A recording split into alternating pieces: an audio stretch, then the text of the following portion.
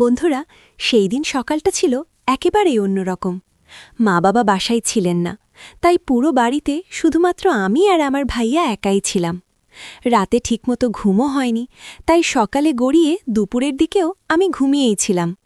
ঘরটা ছিল একটু অন্ধকার, তাই জানালার পর্দা টানা।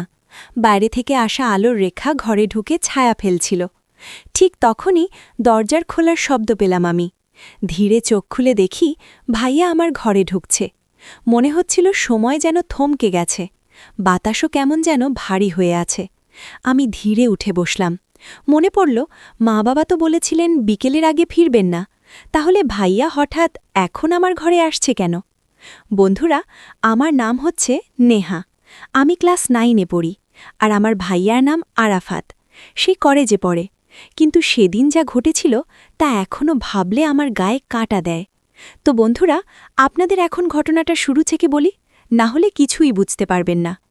একদিন সকালবেলা মা বাবা আমার দাদিকে দেখতে হাসপাতালে গিয়েছিলেন, কারণ দাদি তিনি খুব অসুস্থ ছিলেন। তারা সকাল সকালেই চলে গিয়েছিলেন, আর যাওয়ার আগে বলেছিলেন বিকেল নাগাদ ফিরব। আমি রাতে ঠিকমতো ঘুমাতে পারিনি, তাই সকালবেলাতেও গভীর ঘুমেছিলাম। ঘরের ভেতর তখন শুধুমাত্র আমি একাই ছিলাম।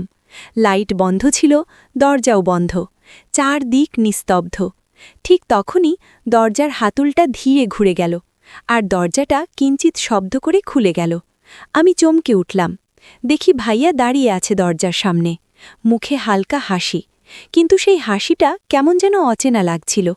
আমি অবাক হয়ে জিজ্ঞেস করলাম, ভাইয়া, মানে তোর গার্লফ্রেন্ড? ভাইয়া হালকা হেসে মাথা নাড়ল। হ্যাঁ, একরকম, কিন্তু অদ্ভুত ব্যাপার কি জানিস, সে দেখতে তোর মতোই ছিল। চোখ, চুল, হাসিটাও। মাঝে মাঝে তোকে দেখে মনে হয় তার কথা আবার ফিরে এসেছে। আমি কিছুটা চুপ করে রইলাম তখন। তার কণ্ঠে বিষণ্ণতা অনুভব করতে পারছিলাম আমি। তারপর কি হলো? আমি ধীরে ধীরে জিজ্ঞেস করলাম। যে ভাইয়া নিঃশ্বাস ফেলে বলল, সে একদিন হঠাৎ করে হারিয়ে গেল, কেউ জানে না কোথায় গেছে। ভাইয়া একটু চুপ করে আমার দিকে তাকিয়ে রইল, তারপর ধীরে ধীরে বলল যে নেহা, তোকে দেখলে আমার আগের গার্লফ্রেন্ডের কথা মনে পড়ে। জানিস, তুই আর সেই দেখতে অবিকল একরকম ছিলে। মাঝে মাঝে মনে হয় তুই আর সে যেন এক মানুষ। আমি কিছুটা অবাক হয়ে বললাম, ভাইয়া, আমি আসলে কিছুদিন ধরে একটা ব্যাপার খেয়াল করছিলাম। দেখতাম তুমি মাঝে মাঝে আমার দিকে চুপচাপ তাকিয়ে থাকো। আমি ভাবতাম তুমি হয়তো কোনো কিছু নিয়ে চিন্তায় আছো, কিন্তু এখন বুঝতে পারছি আসলে সেটা ওই মেয়ের জন্য, তাই না ভাইয়া? ভাইয়া হালকা হাসল, তারপর নিঃশ্বাস ফেলে বলল, হয়তো তাই, অথবা হয়তো আমি এখনও বুঝতে পারিনি কেন তোমার মধ্যে তার ছায়া দেখি। ঘরে তখন নিস্তব্ধতা নেমে এলো। জানালার পর্দা হালকা দুলছিল, বাইরের বাতাসের শব্দ ঘরে ভেসে আসছিল। ভাইয়া ধীরে বলল, আজ একটু ক্লান্ত লাগছে, আমি তোর ঘরে একটু বিশ্রাম নেব।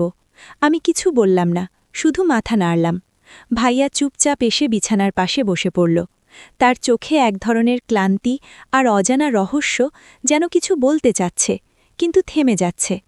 আমার মনে হচ্ছিল যে এই পুরো ব্যাপারটার পেছনে কোনো গোপন গল্প লুকিয়ে আছে।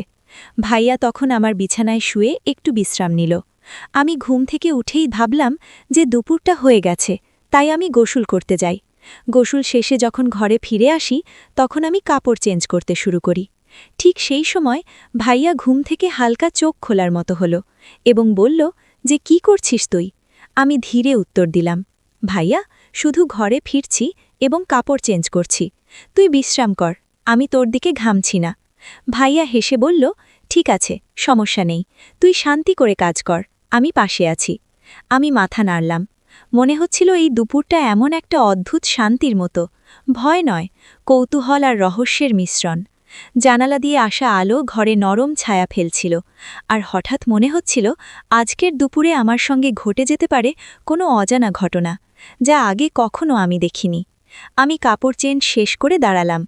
ঘরের চারপাশ নিস্তব্ধ, শুধু জানালার বাইরে হালকা আলো ভেতরে ঢুকছে। হঠাৎ করে মনে হলো যে বাতাসের সাথে কিছু ফিসফিস আওয়াজ ভেসে আসছে, যেন কেউ দূরে কিছু বলছে।